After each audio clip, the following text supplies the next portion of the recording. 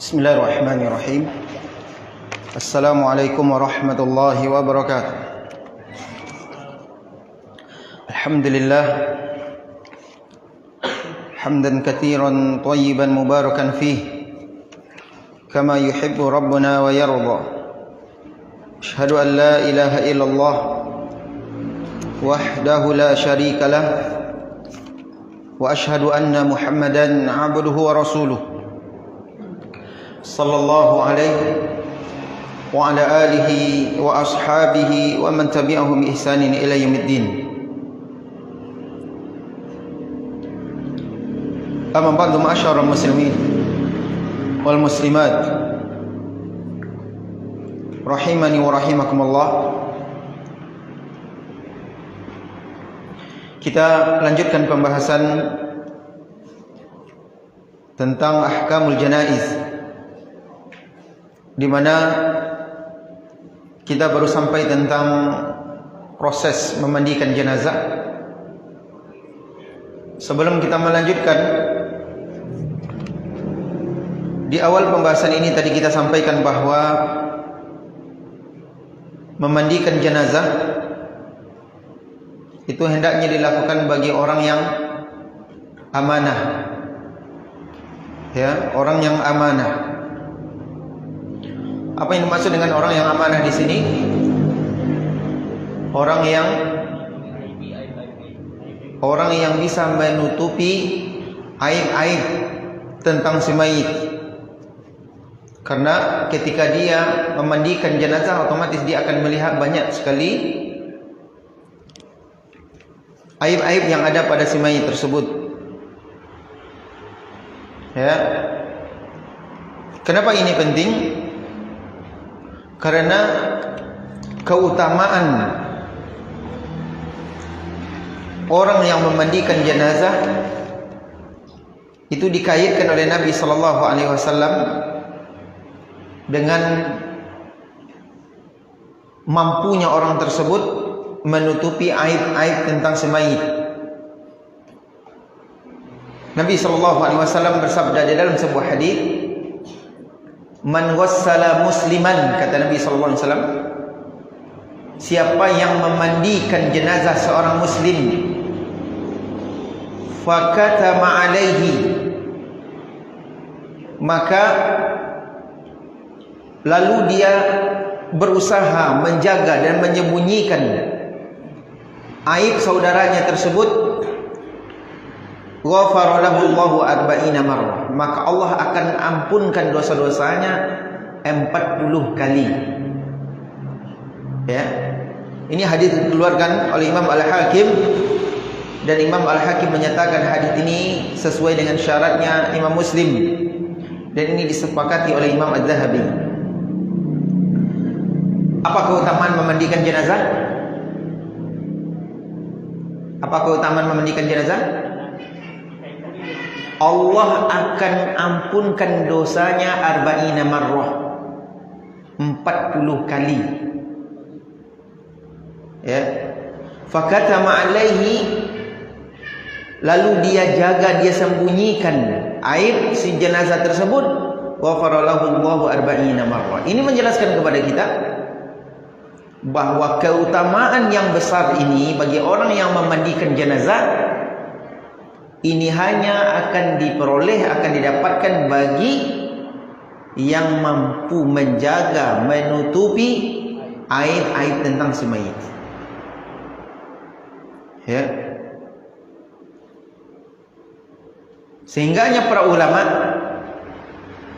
memberikan 2 syarat saja untuk mendapatkan keutamaan memandikan jenazah itu.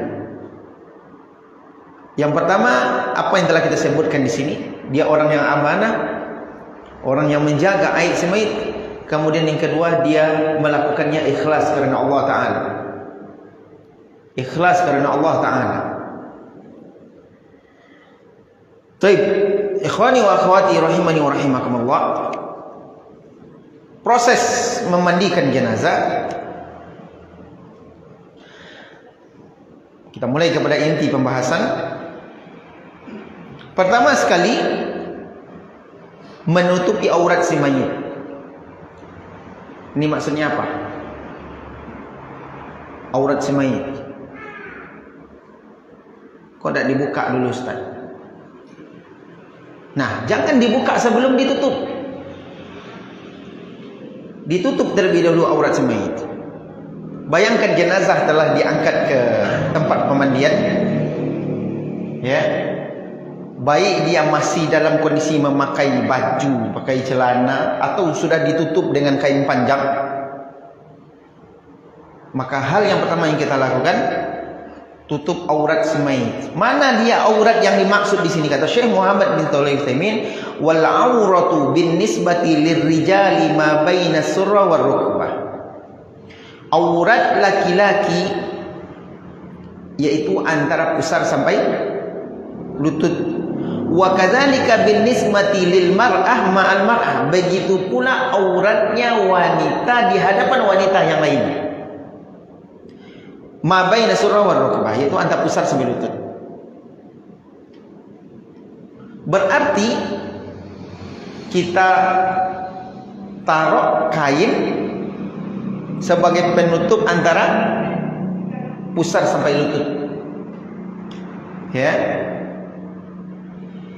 Kemudian baru setelahnya membuka pakaian si mayit, baru dibuka.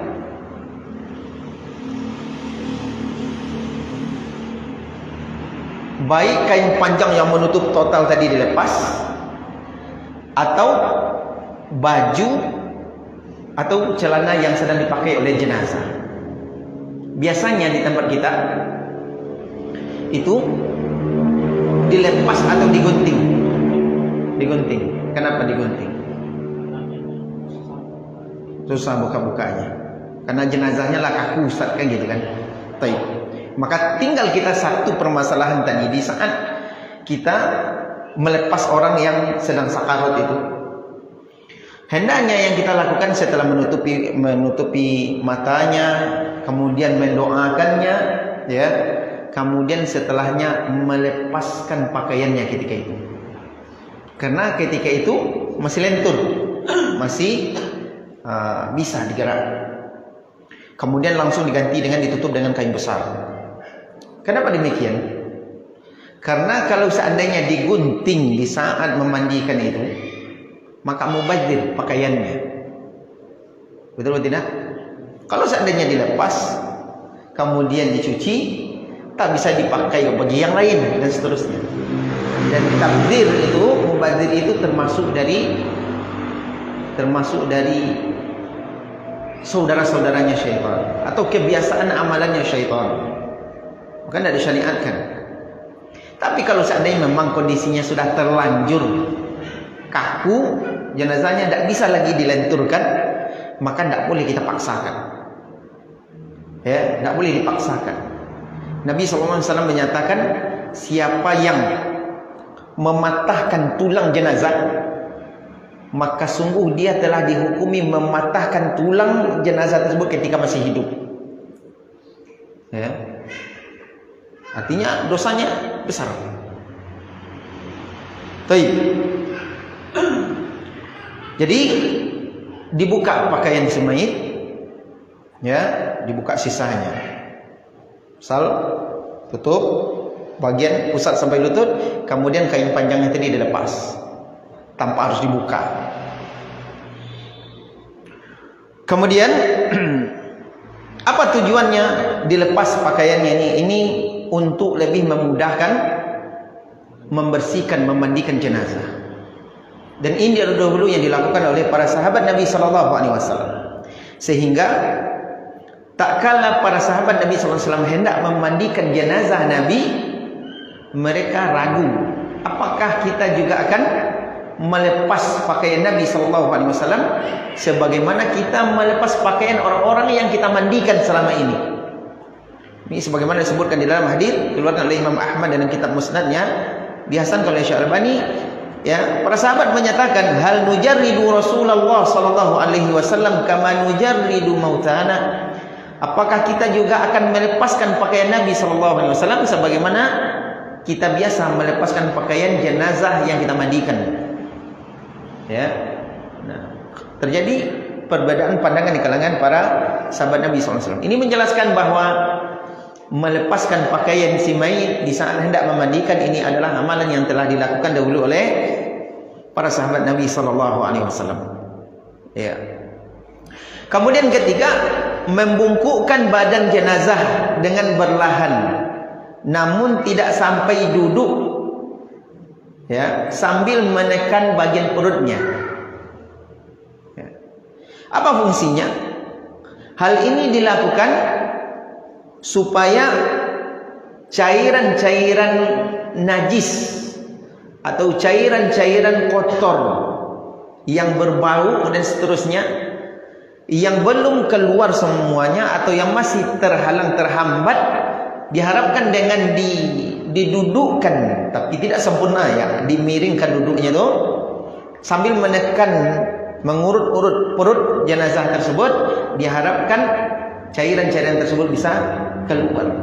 Karena kalau tidak dilakukan, tak tertutup kemungkinan ketika jenazah baru saja selesai dimandikan, kemudian keluar cairan-cairan yang terhambat tadi, sehingga jenazah kembali lagi berbau, busuk, kotor dan seterusnya.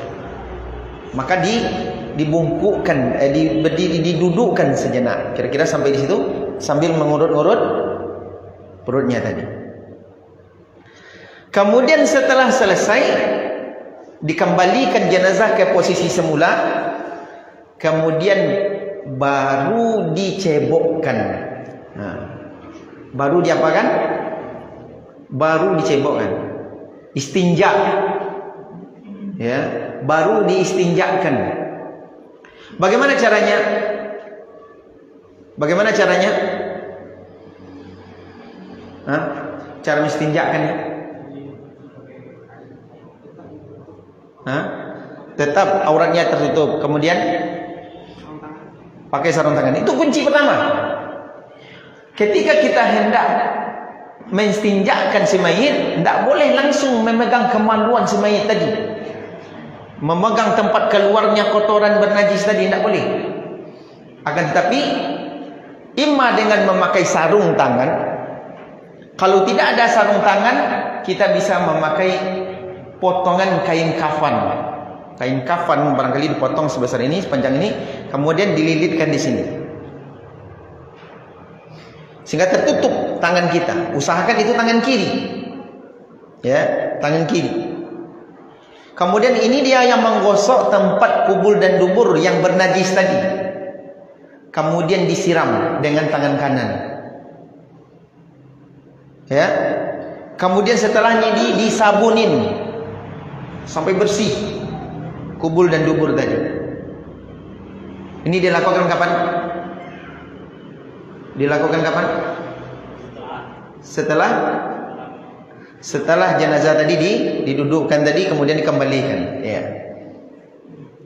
Poin keempat, setelahnya mewudukkan si mayit, ya, mewudukkan si mayit.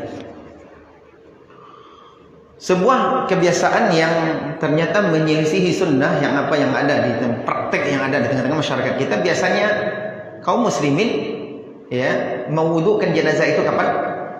Biasanya di akhir, setelah selesai dimandikan baru diwudukkan, kan gitu. Dan ternyata, ya, mewudukkan jenazah itu sebelum dimandikan, sama persis seperti mandi junub, mandi janabah.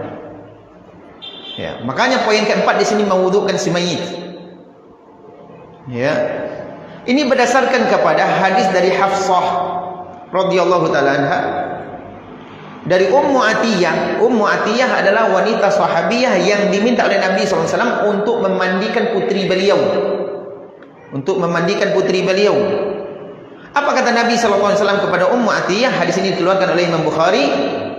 Ibda'na bima yaminha wa mawadhi'il wudu'i minha. Hendaklah kalian memulai memandikan putri tersebut bagian kanannya dan anggota-anggota wudu'nya. Ya. Maka dimulai dengan mewudukkan jenazah. Sebagaimana orang yang mandi besar, mandi junub, ya, praktek mandi besarnya Nabi SAW, mandi junubnya Nabi SAW, apakah Nabi berwuduknya belakangan atau sebelum mandi? Sebelum mandi. Sebelum mandi. Ya. Maka diwudukkan terlebih dahulu. Baik, bagaimana proses wuduknya? Proses yang sama. Proses yang sama dengan orang yang berwuduk untuk sholat. Bagaimana cara proses berwuduk untuk sholat? Apa yang kita perbuat ketika mau berwuduk untuk sholat? Cuci tangan. Pertama, cuci tangan. Maka kita cuci tangan jenazah. Ya, cuci tangannya.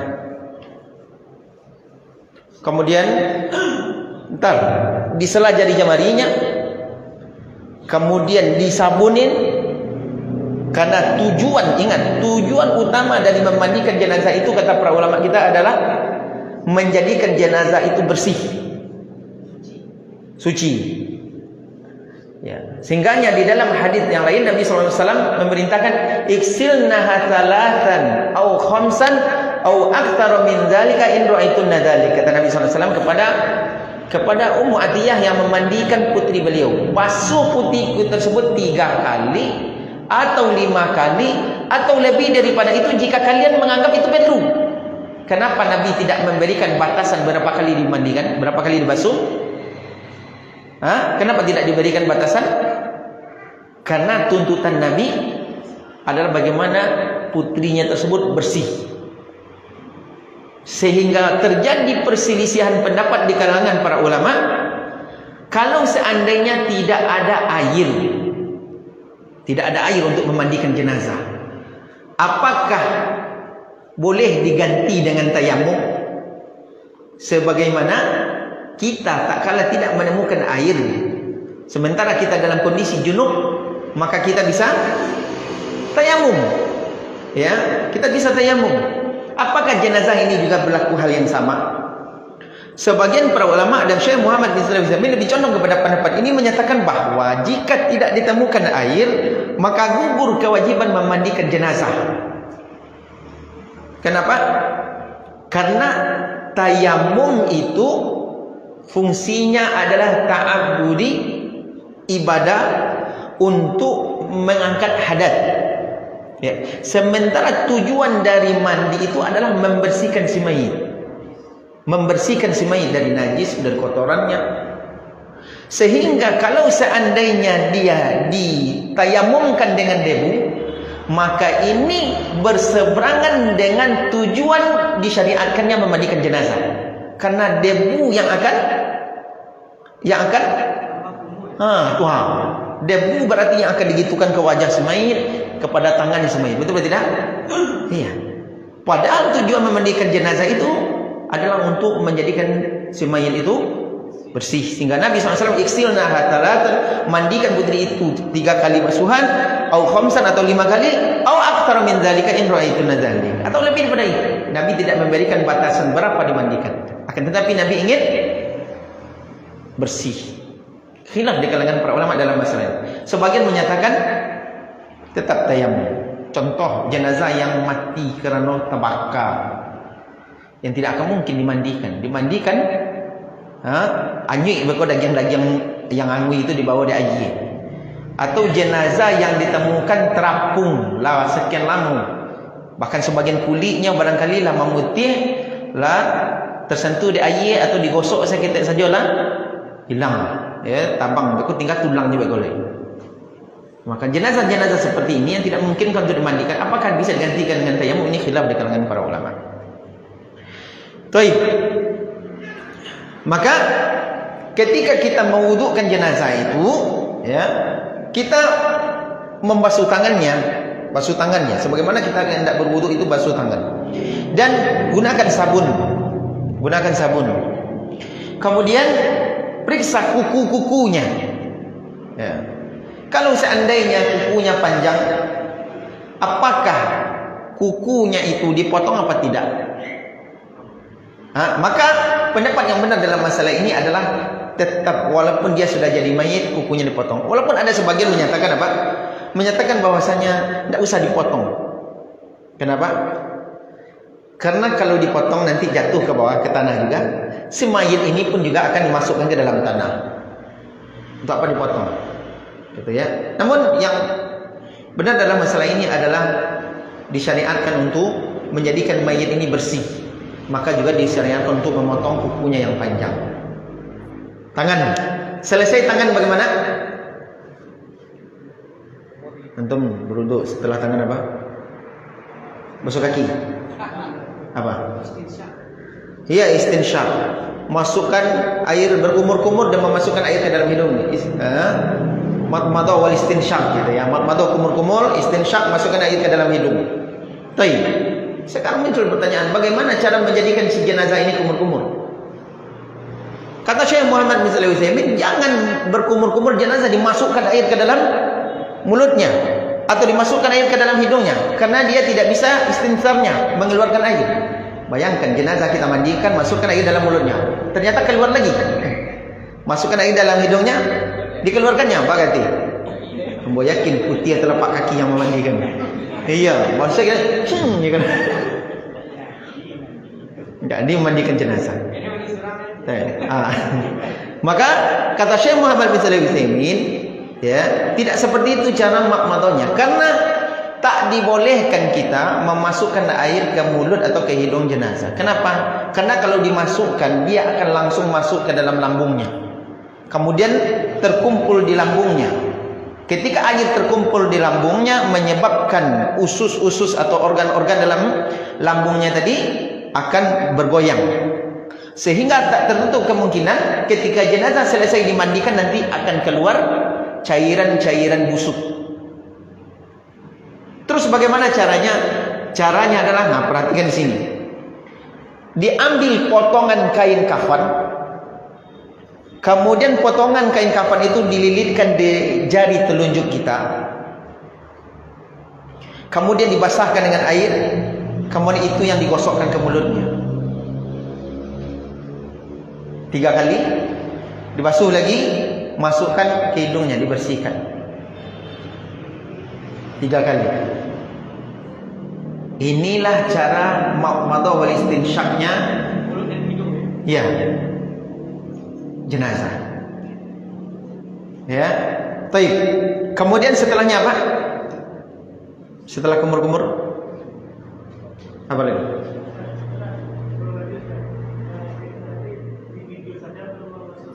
Masuk giginya itu. Kumur-kumur kan bukan di bibir, di mulut. Ya kan? Ya memang di giginya itu bersihkan.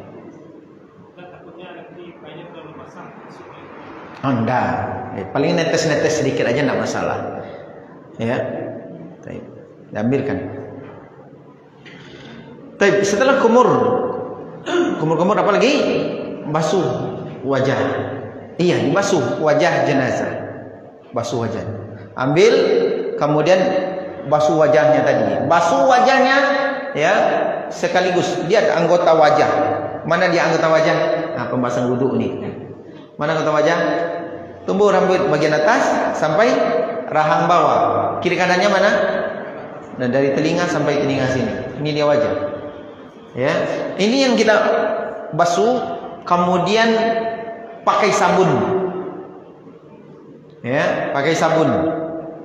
Dan biasanya kalau seandainya jenazahnya ini adalah jenazah yang sudah sakit lama, tergeletak lama, ini memang orang yang memandikannya harus betul-betul perhatian betul. Tidak asal-asal siram saja. Ya, bukan bersihkan ini pakai sabun. Ini anggota wudunya. Setelah disabun, nanti dibersihkan lagi, disiram lagi. Kemudian setelah selesai, bagaimana lagi? Tangan. Tangan mana? Dari sebelah sini sampai ke sikunya. Nah, ini pakai sabun juga. Anda ini wudhu aja namanya nih. Iya, pakai sabun. Nanti mandi lagi kita tidak akan perhatikan lagi anggota wudhunya. Fokus yang lain aja lagi nanti. Gitu ya. Baik. Pakai sabun. Dimulai dengan tangan yang kanan. Sebagaimana perintah dalam hadis tadi. So, tangan kanan. 3 kali basuhan. Kemudian kiri. Ya, sabunin digosok. Baik. Selesai tangan, apa lagi setelahnya? Kepala. Baik, bagaimana kepala? Kita harus pahami terlebih dahulu, banyak sekali orang yang salah di dalam mewudukan jenazah. Ya, bagaimana? Banyak orang yang ketika mewudukan jenazah, mengusap kepala itu dia siram kepala jenazah itu. Dia siram, dia kasih sabun segala macam, ini salah. Karena yang dituntut ketika berwudu kepala itu bukan membasuh, akan tetapi mengusap. Kan Allah menyatakan dalam Al-Quran itu apa? Famsahu biru'usikum. Fagsilu wujuhakum wa aydiyakum ilal marafiq wamsahu biru'usikum, dan usaplah kepala kalian. Apa makna mengusap?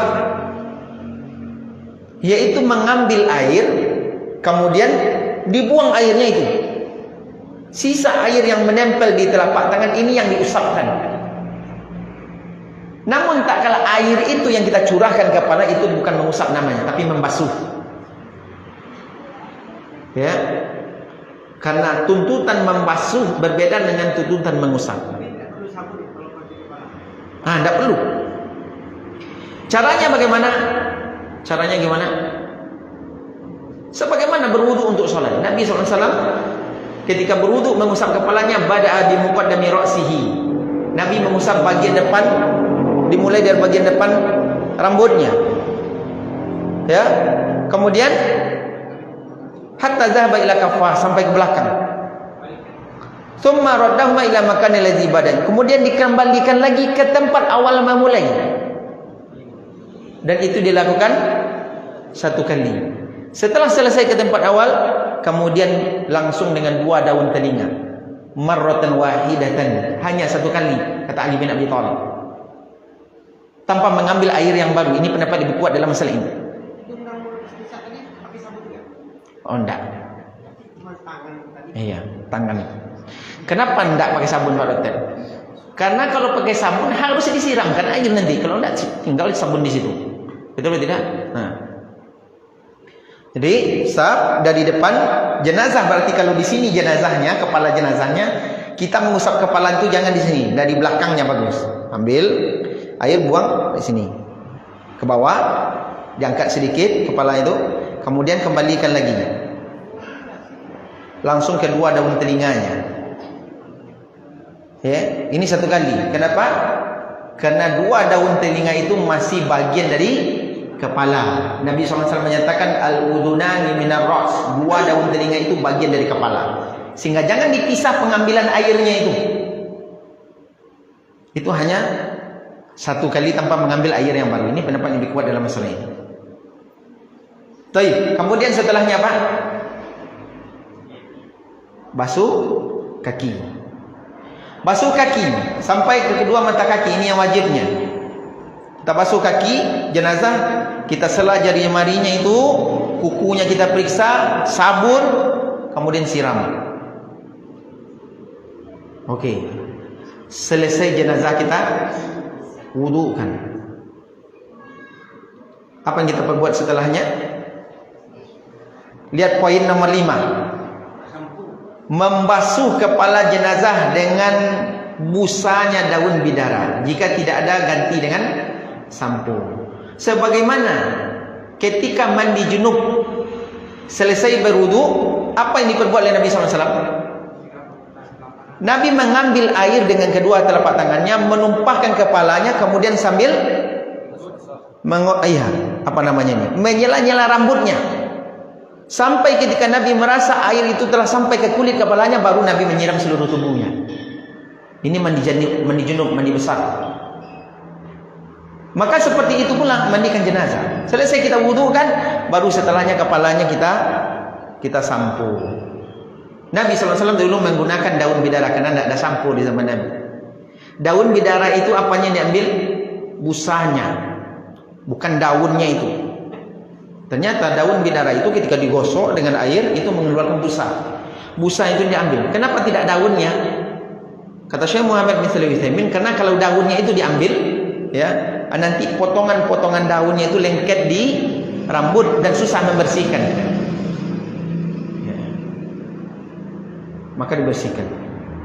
Tapi kalau sudah ada sampo, tidak ada dengan menggunakan sampo, tidak masalah, itu sama fungsinya, membersihkan dan mengharumkan.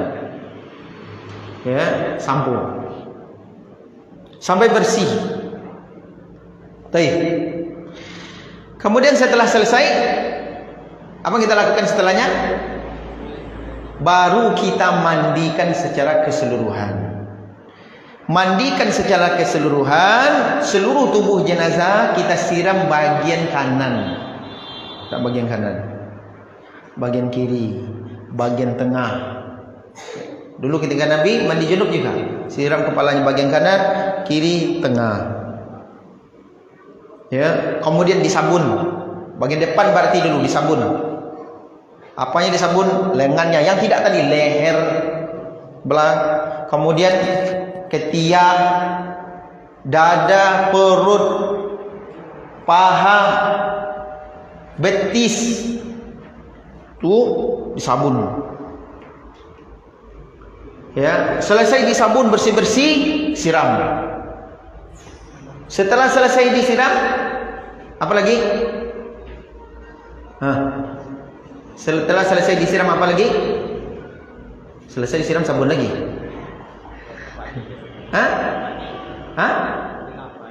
Oh, jangan. Baru bagian ini, bagian tengah. Antum ikutin enggak nih? Awas besok siapa yang remedi besoknya, awas. Konsentrasi ya. Oke. Setelah ini kan selesai tadi, kepalanya disabunin, kemudian disiram. Apa yang kita lakukan tadi? Siram seluruh tubuhnya, bagian kanan, kiri, tengah. Kemudian kita sabun lehernya, ketiaknya, lengan tangannya, dadanya, perutnya, kemudian pahanya, kemudian betisnya, ya, kaki seluruhnya sabun. Kemudian siram. Ya, digosok tadi, kemudian disiram. Selesai itu apa kita lakukan? Dimiringkan. Kemana kita miringkan terlebih dahulu? Kalau ke kanan kita miringkan, yang kita basuh berarti bagian kiri lebih dulu. Padahal dianjurkan Nabi apa? Yang kanan dulu. Berarti dimiringkan ke mana? Miringkan ke kiri dulu. Miringkan. Kemudian kita basuh bagian sebelah kanan, punggungnya, dan yang tidak tercapai tadi. Setelah selesai siram, kemudian belokkan ke sebelah kiri lagi. Kok sebelah kiri lagi? Sebelah kanan dibasuh bagian sebelah kirinya, disabun, kemudian disiram. Selesai. Apalagi yang kita lakukan? Sampai di sini paham? Ingat tadi, aurat si mayit tetap dalam kondisi tertutup. Antara jangan, oh ini basuh ini buka kok, serat. Bukan, tetap disiram di atas satu. Kalau dibuka, buka seperti ini aja. Iya, tutup. Nabi SAW menyatakan dalam hadis, la yanzuru rajulu ila auratir rajuli wal mar'atu ila auratil mar'ah. Tidak boleh laki-laki melihat aurat laki-laki yang lain, wanita melihat aurat wanita lain. Ini awak enggak. Mani telanjang berdua-dua. Betul tidak? Nabi menyatakan la yanzuru rajulu ila auratir rajul. Kan sama laki-laki, Ustaz, tak boleh. Baik. Setelah selesai apa kita lakukan? Apa kita lakukan? Kan sudah dicebok di awal sebelum diwudukkan.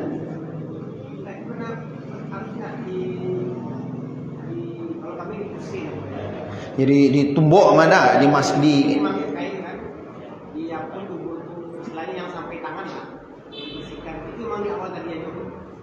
makanya kemarin kita juga disampaikan, Ustaz, kebiasaan kita jenazah itu selesai dimandikan itu, Ustaz, nanti duburnya tuh ditutui pakai beberapa kain kafan yang sudah dibuntal, dibulatkan, ditutup. Sagadang apa? Kecil apa tuh? Sagadang kau, Ustaz. Astagfirullah. Gadangnya lain.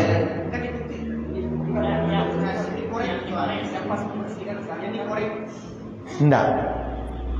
Makanya tadi dicukupkan dengan apa? dengan diurut tadi. Dan tidak boleh menyakiti semayit. Tidak boleh. Ya, dan itu menyakiti. Makanya caranya adalah seperti itu. Dibersihkan. Nah, makanya dibasuh semampunya. Nanti lagi di kain kafan, apakah kita menggunakan kapas itu apa tidak? Nah ini, kalau seandainya si mayit ini adalah orang yang sakitnya lama, tergeletaknya lama dan segala macam, dan kemungkinan dikhawatirkan masih ada cairan yang akan keluar, maka itu gunanya kain kapas tadi. Namun menyumbek dengan apa tadi tidak disyariatkan ini. Gitu ya. Baik. Selesai kita tadi, apa yang kita lakukan setelahnya? Hah? Langsung dikafani? Enggak, apa? Siraman terakhir dengan ayat 7, ayat 10, ayat 9. Nah, ini dia ember terakhir, air kapur barus. Nabi sallallahu alaihi wasallam ya menyatakan, iksilna, dalam riwayat ij'alna fil ghaslatil akhirah kafuran aw syai'an min kafur. Hadis riwayat Bukhari Muslim. Kata Nabi sallallahu alaihi wasallam memerintahkan kepada Ummu Atiyah yang memandikan putri beliau, jadikanlah basuhan terakhir air yang sudah dicampur dengan kapur barus. Ya, ini hadis riwayat Bukhari Muslim. Jadikan basuhan terakhir itu air yang sudah dicampur dengan kapur barus. Apa fungsinya? Kata para ulama kita, ada beberapa fungsi dengan menjadikan basuhan terakhir dengan kapur barus. Kata-kata basuhan terakhir, ingat, tidak disiram-siram lagi setelahnya. Banyak di tempat kita ini tidak nerima dia. Ya, harus disiram lagi, Ustaz. Apa fungsinya? Campur kapur barus tadi. Hah? Enggak. Nah, ini menjadikan basuhan terakhir ayat 9 tadi. Pada Nabi menyatakan ij'alna fil akhir, jadikan basuhan terakhir itu fil ghaslatil akhirah, yaitu kafuran aw syai'an min kafur, air yang telah dicampur dengan kapur barus. Fungsinya apa? Pertama, fungsinya adalah kapur barus itu mendinginkan jasad si mayit. Ya, sehingga jasadnya akan lebih tahan. Fungsi yang kedua, kata Syekh Muhammad bin Shalih Al-Utsaimin, untuk menolak hama-hama yang datang ke tubuh si mayit ketika sudah dimasukkan ke dalam lahat. Ya, hama-hama. Ya, apa misalnya? Hama-hama yang ada dalam tanah. Dan ternyata memang kapur barus itu bisa kan untuk itu. Letakkanlah kapur barus itu di dalam lemari wak, tidak akan taluk ada kecoak masuk dan. Ya, karena sangat menyengat sekali kapur barus itu.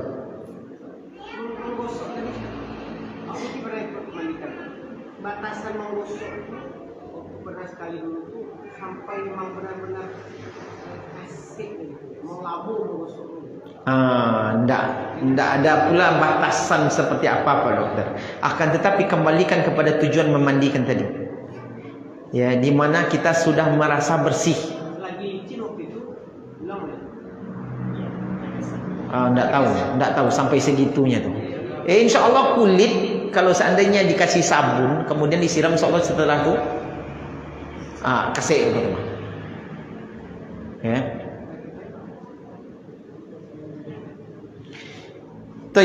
Nah, ini beberapa keutamaan. Kemudian ketika fungsinya apa keutamaannya adalah menjadikan basuhan terakhir air dicampur kapur barus tadi apa?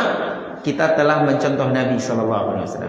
Al-iqtida bi syariatin Nabi sallallahu alaihi wasallam. Mencontoh syariat Nabi sallallahu alaihi wasallam. Nabi menjadikan basuhan terakhir itu adalah kapur barus, air yang sudah dicampur kapur barus kita lakukan, berarti kita telah mencontoh syariat Nabi sallallahu alaihi wasallam. Telah mengamalkan syariat Nabi sallallahu alaihi wasallam. Baik, dengan demikian selesai jenazah dimandikan. Kemudian jenazah ke depan. Sebelum diangkat, ambil kain yang kering, kain panjang, kemudian tutup seluruh tubuh jenazah, baru setelahnya diambil kain penutup aurat tadi. Kain penutup aurat tadi. Ya. Baik, ikhwani wa akhwati rahimani wa rahimakumullah. Ada beberapa pembahasan sebelum masuk kepada proses mengkafani jenazah. Apakah disyariatkan bagi orang yang memandikan jenazah untuk mandi setelahnya? Ya. Baik. Maka para ulama kita menyatakan bahwa disyariatkan bagi orang yang selesai memandikan jenazah untuk mandi setelahnya. Namun syariat ini hanya bersifat sunnah. Ini pendapat yang lebih kuat dalam masalah ini.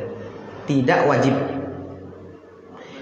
Di mana tak kala Nabi SAW bersabda di dalam hadis yang dikeluarkan oleh Imam Abu Dawud, disahihkan hadis ini oleh Syekh Albani, kata Nabi SAW, man wassala mayyitan, siapa yang baru saja memandikan jenazah, falyaktasil, maka hendaklah dia mandi setelahnya. Kata-kata falyaktasil, maka hendaklah dia mandi setelahnya, terdapat di situ fi'il amr. Betul atau tidak? Falyaktasil, maka hendaklah dia mandi. Ada perintah di situ. Faedah menyatakan al aslu fil amri yufidul wujub. Hukum asal sebuah perintah menunjukkan makna wajib. Ya, menunjukkan makna wajib. Ini hukum asalnya. Selama tidak ada dalil yang lain yang memalingkan dari hukum asal ini, maka dia tetap akan berada pada hukum asalnya, yaitu dihukumi wajib. Namun kalau ada dalil yang lain yang memalingkannya, maka berpindah dari hukum asalnya wajib menjadi sunnah. Ternyata dalam permasalahan ini ada dalil yang lain yang memalingkannya. Apa itu?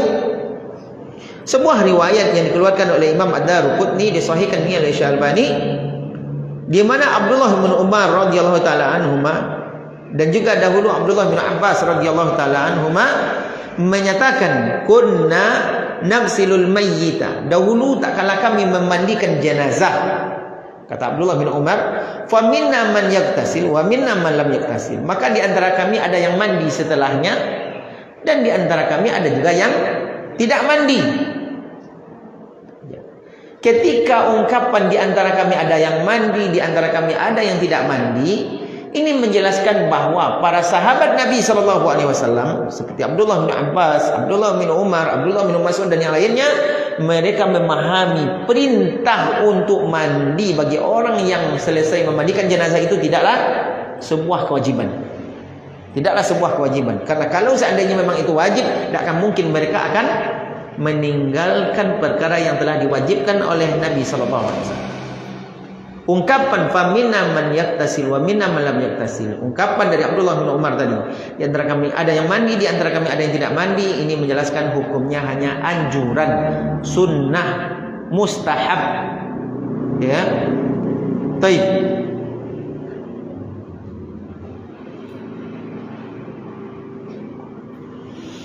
Kemudian selesai kita memandikan, Nabi SAW melarang kita untuk mencela si mayit. Nah, mencelanya,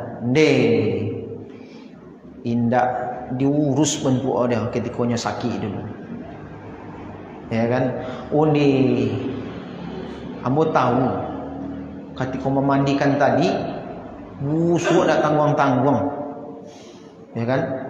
Aku bisa jadi dampak darinya selama kondak ke masjid-masjid. Kemudian dicela-cela si mayit ini. Uku di lantarannya raja judi dulu kok. Sehingga ketika dimandikan tadi tidak ada elok badannya. Disambit-sambit, dicela-cela si mayit. Maka ini tidak boleh. Walaupun yang kita sampaikan itu betul, Ustaz, walaupun yang kita sampaikan itu betul, tidak boleh. Ya, harus dia menjaganya. Apa kata Nabi SAW? La tasubbul amwat. Jangan kalian mencela orang-orang yang sudah mati. Fa innahum qad afdau ila ma qaddam. Karena mereka telah merasakan apa yang telah mereka perbuat dulu. Kalau memang yurai judinya dulu, Lah kan nyo rasakan akibat ini. Tidak usah dicela-cela, nyo lah merasakan itu. Lah nemo pembagian. Ya. Maka tidak boleh oleh Nabi sallallahu alaihi wasallam. Kemudian di dalam riwayat yang lain Nabi menyatakan la tasubbul amwat, jangan kalian cela orang yang sudah mati itu, fatu'dhu al ahya, karena dengan kalian mencela orang yang sudah mati tadi itu dapat menyakiti keluarganya yang tinggal. Coba bayangkan ketika awak memandikan ayah orang, ibunya orang lain, kemudian awak cerita-ceritakan keburukannya. Ya, ketika yang wasobo awak ketika mandikan, ternyata celaan kita terhadap si mayit tersebut sampai ke telinga karib kerabatnya yang masih hidup. Kira-kira perasaannya tu, maka otomatis dia akan tersinggung, betul atau tidak? Dia akan malu, dia akan sedih dan seterusnya. Maka ini dilarang oleh Nabi sallallahu alaihi wasallam. Ya, la tasubul amwat, jangan kalian cela orang telah mati itu, fatu'dzul ahya, karena itu akan menyakiti orang-orang yang hidup. Taib ikhwani wa akhwati rahimani wa rahimakumullah. Selesai kita memandikan jenazah, berarti jenazah telah kita mandikan, kemudian telah kita angkat ke tempat pengkafanan. Ya. Sebelum jenazah diangkat ke tempat pengkafanan, maka kita harus menyiapkan terlebih dahulu kain kafannya. Menyiapkan terlebih dahulu kain kafannya. Ada beberapa hal yang harus kita fahami terlebih dahulu tentang mengkafani jenazah. Pertama, hukum mengkafani jenazah adalah apa? Fardu kifayah. Sama dengan hukum memandikan jenazah, fardu kifayah. Ya. Kemudian kata para ulama kita, kain kafan itu dibeli dari harta yang ditinggalkan oleh si mayit. Dari harta yang ditinggalkan oleh si mayit. Sebelum dibagikan hartanya itu. Bahkan sebelum diurus jenazahnya, ambil harta yang ditinggalkan oleh si mayit untuk membeli kain kafan. Pertanyaan muncul, boleh tidak kalau seandainya itu dibelikan bagi orang lain? Boleh. Permasalahan itu kalau seandainya apa? Kalau seandainya tidak ada orang yang membalikan untuknya kain kafan, ya, pencekih kasando je kari kerabatnya. Tak ada yang nama membalikan kain kafan no. Bara kain kafan gini mahal macam. Ya kan? Maka kata para ulama itu diambil dari harta yang dia tinggalkan. Kalau dia tidak memiliki harta, maka diambil dari Baitul Mal. Ya, diambil dari Baitul Mal. Pailah ke Basnas. Nah, minta di situ piti. Gitu. Namun kalau seandainya sudah disiapkan dari awal, alhamdulillah. Ya. Baik, kemudian Nabi sallallahu alaihi wasallam menyebutkan keutamaan orang yang mengkafani jenazah saudaranya. Disebutkan oleh Nabi sallallahu alaihi wasallam, di sini ada enggak? Nah, ini ada. Di sebelahnya.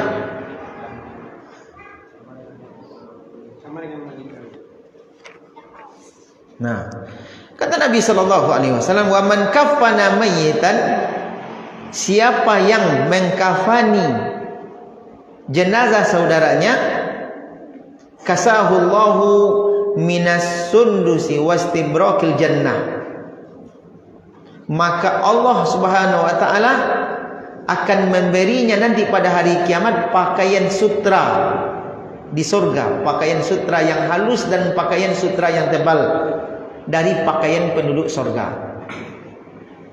Ini keutamaannya. Ya. Baik. Kemudian ketika kita mengkafani jenazah, kita diperintahkan oleh Nabi sallallahu alaihi wasallam untuk mengkafani jenazah saudara kita sebaik mungkin. Sebagaimana dalam hadis riwayat Imam Muslim di sini, "Idza kaffana ahadukum akhahu falyuhassin kafanahu", kata Nabi. Apabila salah seorang di antara kalian mengkafani jenazah saudaranya, maka hendaklah dia memperbagus kafannya atau mengkafaninya dengan cara yang terbaik, yang terbagus. Tapi sekarang muncul pertanyaan, apa standar baik atau bagusnya cara mengkafani jenazah? Apa standarnya? Hah? Rapi, wangi, ganteng. Pak Dokter, gara-gara itu beraneka ragam orang mengkafani jenazah. Ambo basobok entah disiko kok bondet dulu. Laki-laki dikafani dengan 5 alai, 3 di luar, ditambah sarung di dalam, ditambah serban. Tambah lo baju lagi barat tu. Tuhan. Sehinggonyo tabah kain kafannya tu laraso mamacik kasur. Apa dalilnya? Kok dalilnya? Perbagus. Bagus itu apa maksudnya? Semakin tabah pakaiannya, semakin bagus. Semakin mahal harganya, semakin bagus. Iko yang dimaksud oleh Nabi. Standar bagusnya kita di dalam mengkafani jenazah saudara kita adalah tak kala kita mengkafaninya sesuai dengan standar yang telah dibuat oleh Nabi sallallahu alaihi wasallam.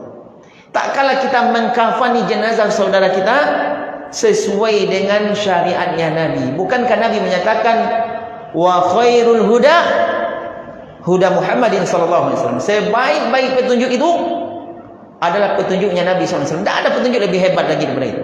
Apakah kita mengklaim tak kala kita mengkafani jenazah saudara kita 5 lapis, 6 lapis pakai serban, kemudian kita menyatakan cara pengkafanan terhadap saudara kita lebih baik ketimbang cara sahabat mengkafani Nabi sallallahu alaihi wasallam?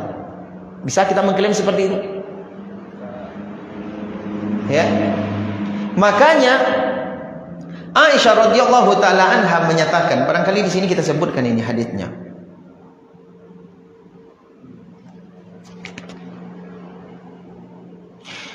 Nah, di halaman keberikutnya tentang jumlah kain kafan laki-laki dan wanita. Apa kata Aisyah radhiyallahu taala anha dalam hadis yang diriwayatkan oleh Imam Muslim? Kufina Rasulullah sallallahu alaihi wasallam fi salati athwabin baydin suhuliyatin min kursuf laisa fiha qamisun wala imamah. Rasulullah sallallahu alaihi wasallam dahulu dikafani dengan 3 helai kain putih. Berapa helai? 3 helai kain putih, ya, dari kursuf, tanpa gamis, laisa fiha qamisun, dak do pakai baju, wala imamah, tanpa serban. Kini wak buat pakai baju, pakai serban. Apa wak mengklaim ketika itu sahabat tak mampu membelikan kain kafan untuk diserban buat Nabi? Lebih daripada itu mampu sahabat. Tapi tidak diperbuat oleh sahabat Nabi SAW. Kenapa? Karena tidak sesuai dengan syariatnya Nabi SAW. Maka ketika Nabi SAW meminta fal yuhassin kafanahu, kafani jenazah saudara kalian sebaik mungkin, maka cara yang paling baik dan terbaik di dalam mengkafani jenazah saudara kita adalah cara yang sesuai dengan tuntunan Nabi SAW. Di mana kain kafan laki-laki itu hanya berapa helai? 3 helai. Sebagaimana Nabi dikafani oleh para sahabatnya hanya dengan 3 helai kain kafan. Ya. Kalau mulai kau apa beda seketik mak. Ambo ketika mengkafani jenazah dulu heboh-heboh dari pihak bukan di pihak keluarga, pihak apa namanya itu? Ya, pihak ayah itu apa namanya? Baku. Ustaz, tidak dipakai kain kafan kami doh. Lah ibu dipakai. Iko bajunya, sarungnya, jubahnya atau pecinya, itu yang tidak dipakai doh. Karena Nabi saja dikafani hanya dengan 3 helai. tanpa pakai imamah, tanpa komis, tanpa baju. Ya. Itu cara yang terbaik. Mencelotele ibu itu sekeliling kampung. Ambo dan jik saja. Ya. Baik. Nah, ini dia. Kemudian disunnahkan untuk mengkafani jenazah dengan kain putih. Poin nomor 4. Kata Nabi SAW, ilbasu min thiyabikumul bayad wa kaffinu fiha mautakum fa inha min khairi thiyabikum. Hendaklah kalian pakai pakaian yang berwarna putih, dan hendaklah kalian kafani saudara-saudara kalian yang meninggal dunia itu dengan kain putih tersebut. Fa inha min khairi thiyabikum, karena kain putih itu adalah sebaik-baik pakaian. Ya. Kata-kata ini disunnahkan. Ini menjelaskan apa? Boleh menggunakan warna yang lain. Jangan dianggap sasek loh. Hah? Tapi kita katakan yang paling utama, yang paling afdal, pakaiannya itu adalah berwarna putih. Ya. Baik. Kemudian orang yang mati syahid dalam peperangan, maka dia dikafani dengan pakaian yang dia pakai sekaligus, tanpa dibuka pakaiannya. Bahkan orang yang mati syahid tadi, maksudnya mati syahid di sini adalah syahid akbar, syahid besar, orang yang meninggal di medan pertempuran dalam rangka membela dan menegakkan agama Allah. Maka orang yang mati syahid tidak dimandikan, dan dia dikafani dengan pakaian yang menempel padanya dalam kondisi darah masih mengalir. Pakaian-pakaian yang berdarah-darah itu. Ya. Nah, kenapa? Karena kata Nabi SAW, karena sesungguhnya orang yang mati syahid, ya, nanti pada hari kiamat dia akan dibangkitkan oleh Allah Subhanahu wa taala dalam kondisi darah, lukanya tadi itu bercucuran darah. Launuhu launud dam, kata Nabi. Warnanya warna darah, warihuha rihul mis, namun baunya bau kasturi, harum. Makanya orang mati syahid tidak dimandikan dan dia dikafani dengan pakaiannya itu.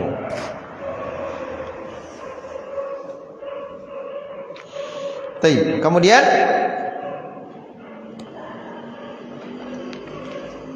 disunnahkan untuk memberikan parfum pada kain kafan.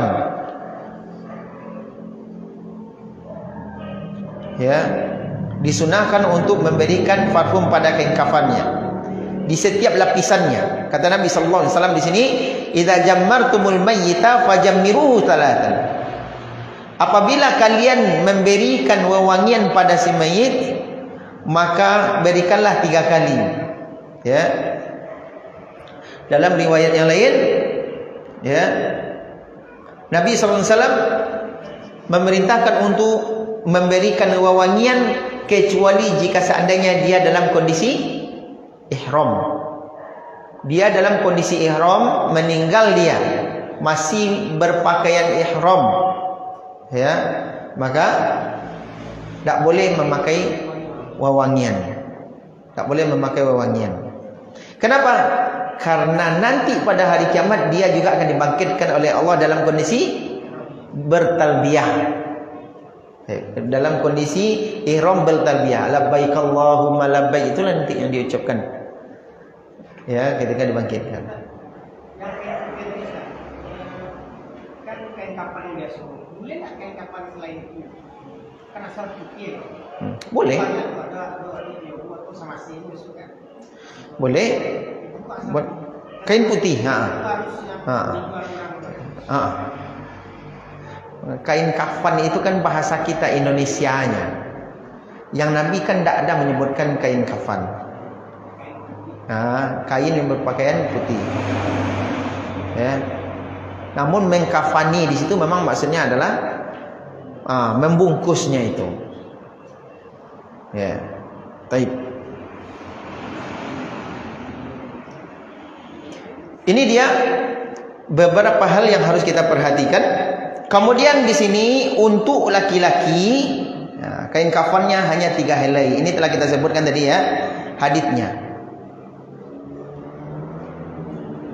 Kemudian untuk wanita, jumhur menyatakan wanita kain kafannya 5. Namun hadis-hadis yang bercerita tentang jumlah kain kafan wanita itu 5, maka hadisnya diperselisihkan oleh pendapat para ulama. Bahkan pendapat yang lebih kuat dalam masalah itu kata Syekh Muhammad bin Shalih Al-Utsaimin, hadisnya lemah.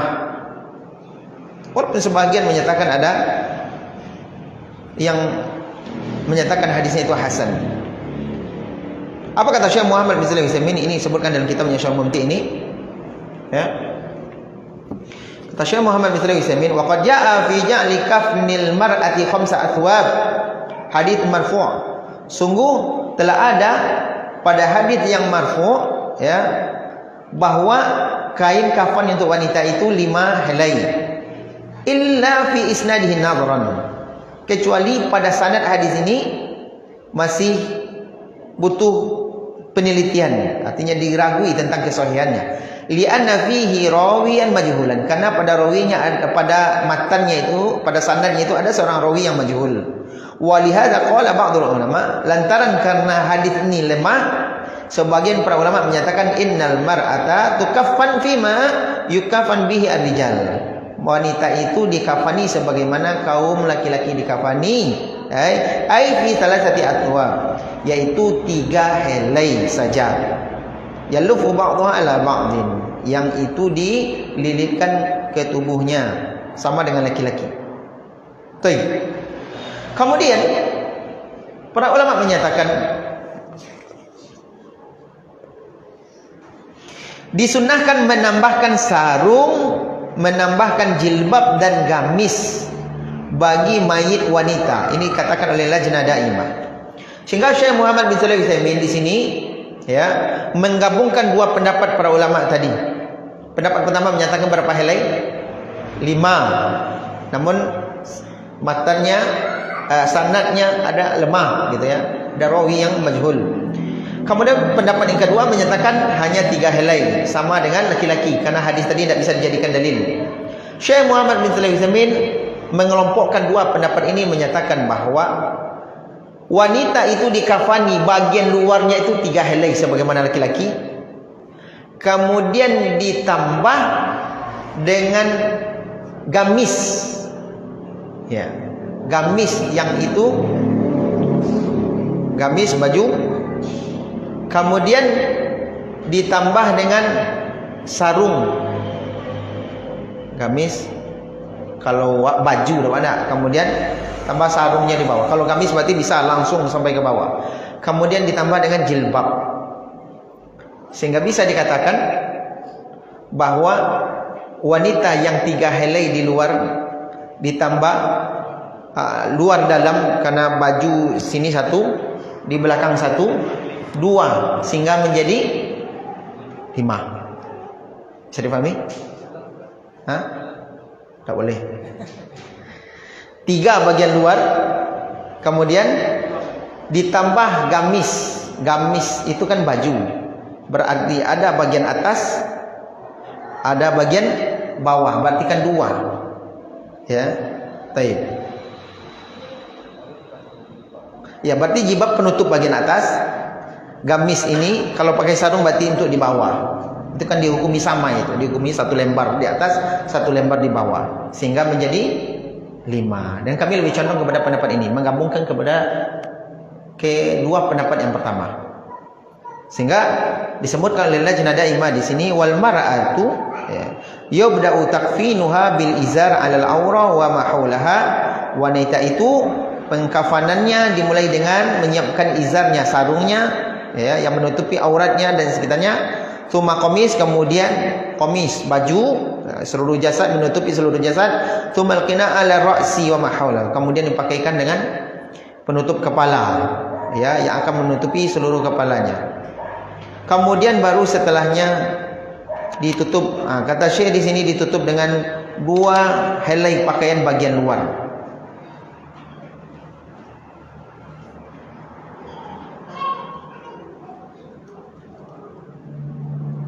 Kemudian ditutup dengan 2 lapis. Allah Ta'ala alam. Kami lebih condong kepada pendapat yang dikeluarkan oleh Fatwa Lajnah Daimah ini. Berarti bagian luar itu 2 lapis, ya. Kita koreksi lagi yang tadi. Bagian luar itu 2 lapis, ditambah nanti qamis 1, ya. Kemudian jubah 1. Allah Ta'ala alam.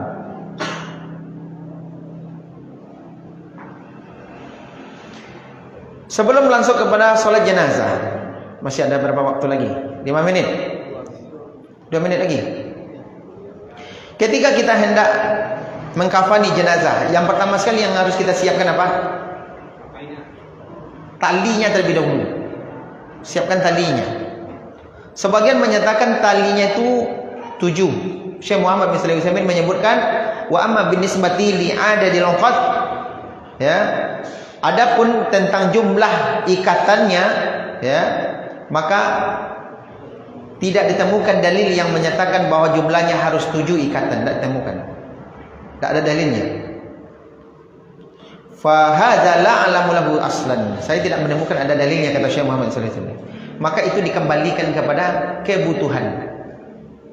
Jadi siapkan tali berapa kira-kira dibutuhkan? 5 kah, 7 kah? Ya. Di kaki, di atas kepala 2, kemudian 3, 4, 5 di lutut misal. Dah, cukup. Kalau cukup. Kalau panjang mana 7 supaya ganjil. Karena Allah Subhanahu wa taala menyukai yang bilangan yang ganjil. Kemudian setelah disiapkan talinya, apa yang kita lakukan setelahnya? Kita ukur panjang jenazah. Panjang jenazah misalnya 1,5 meter. Oh, tinggi lah. Oke, kita anggap. Kemudian untuk mengukur kain kafan dilebihkan 0,5 meter. Dilebihkan 0,5 meter. Ya, sehingga berlebih nanti untuk mengikat bagian atas kepala dan berlebih untuk mengikat bagian kakinya. Ya. Baik. Kemudian dibuat 3 lapis. Kalau jenazah laki-laki dari 3 lapis, setiap lapisannya itu dikasih parfum. Dia kasih kayak kapur barus.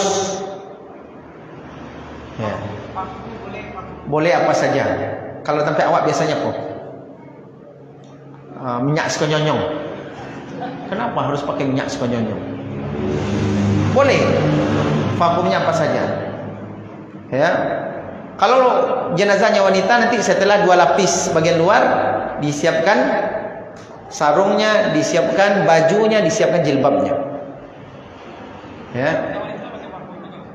Apanya? Iya, maaf. Kecuali kalau seandainya dia meninggal dalam kondisi ihram, maka baru hendak. Ya. Kemudian dilihat kalau seandainya jenazahnya ini orang yang sakit lama, yang dikhawatirkan akan keluar cairan sehingga akan mengeluarkan aroma yang tidak sedap, maka disiapkan disiapkan kapas di bagian dubur tempat keluarnya itu. Kemudian juga dikasih lagi kapur barus di situ. Ya. Kemudian nanti dibuatkan seperti pempes. Ketika telah ditaruh, kemudian bagian bawah itu ditarikkan ke atas. Gitu. Namun kalau seandainya jenazahnya segar, ya, tidak dikhawatirkan akan keluar cairan, maka tidak perlu. Jadi pakai kapas itu hanya di saat dibutuhkan untuk menutup cairan yang keluar, sehingga tidak menjadikan pakaian atau kain kafannya tadi itu berbau sehingga orang merasa jijik untuk menggotong jenazah tersebut ke pemakaman. Ya. Kemudian setelahnya baru dipertemukan ujung bagian atas dengan ujung bagian digulung. Kemudian ujung yang lapisan kedua dengan sebelahnya digulung. Kemudian ketiga digulung atau disamakan, ketiga-tiga yang ditemukan digulung lagi. Kemudian diikat. Al-amru fihi wasi', perkaranya luas, tidak ada dalil yang menetapkan rincian ini. Baru setelahnya diikat. Selesailah kain kafan, selesailah jenazah kita kafan.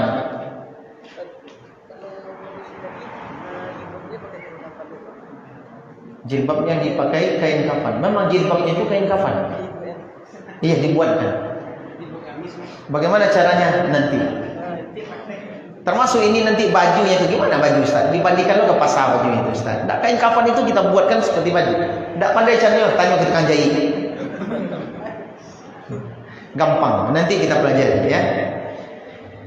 Baik, cukup materi kita hari ini sampai di sini dulu. Kita telah selesai mengkafani jenazah dan insya Allah setelahnya nanti kita membahas tentang solat jenazah. Kemudian mengantarkan kepada pemakaman. Kalau clear nanti malam selesai materinya, besok pagi kita langsung praktek. Kalau tidak selesai habis subuh kita materi, kemudian jam 8-nya setelah kita istirahat jam 8-nya kita lanjutkan dengan praktek. Praktek insya Allah tidak lama, butuh 2 jam lah. Ya, prakteknya 2 jam dah clear.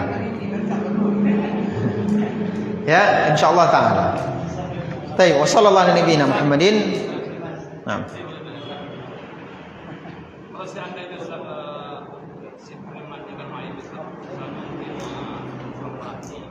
energi dan maka itu faktor dari fisika setan atau ada faktor Orang yang memandikan itu alergi. mungkin bukan energi mematikan, mungkin ada faktor lainnya atau mental beratnya gitu. Apakah itu termasuk dari fisika setan atau ada dosa besar? Wallahu taala alam, kita tidak tahu. Ya, bisa jadi alerginya itu lantaran karena kapur barus, tidak cocok sama badannya, bisa jadi kan? Atau memang karena mentalnya sudah anjlok duluan, psikisnya sudah kena. Ya, makanya orang memandikan tuh ya carilah yang bermental baja, gitu ya.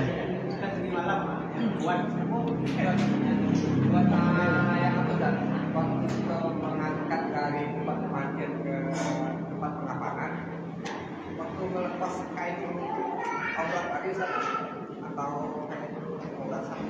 kain kafan Iya nanti, iya. Ketika kita akan mengkafan, ini kan jenazahnya kita taruh di atas kain kafan tadi. Dah selesai. Mau dikafani kain kafan dah siap nih, lapis-lapisannya segala macam. Nanti kita temukan yang bagian atas itu, bagian ujung, temukan seperti itu. Ketika mau digulung ini ditarik dari bawah, tarik dilepas. Kemudian baru ini dilanjutkan digulung, lanjutkan lapisan kedua digulung lagi, lapisan ketiga digulung lagi, baru diikat. Jangan diikat dulu baru dilepas, tidak bisa. Atau ketika mau dikafani langsung dibuka sekali. Apa fungsinya menutup aurat semayit dari awal?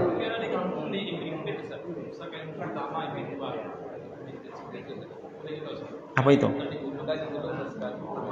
Oke, boleh. Maka kita katakan tadi ini al-amru fihi wasi', perkaranya luas. Tidak ada dalil yang menjelaskan secara detail dalam masalah itu. Mana kira-kira yang lebih kuat? Gitu. Kami melihat jauh lebih kuat untuk digulung itu, karena akan menarik seluruh sisi. Ketimbang dilipet tak itu saja, yang kuat hanya yang terikat itu saja. Sisi yang tidak terikat bisa jadi tidak kuat, longgar, gitu ya. Allah taala. Kita cukupkan materi sampai di sini. Terima kasih atas segala perhatian. Mohon maaf atas segala kekurangan. Subhanakallahumma bihamdika asyhadu an la ilaha illa anta astaghfiruka wa atubu ilaik. Wassalamualaikum warahmatullahi wabarakatuh.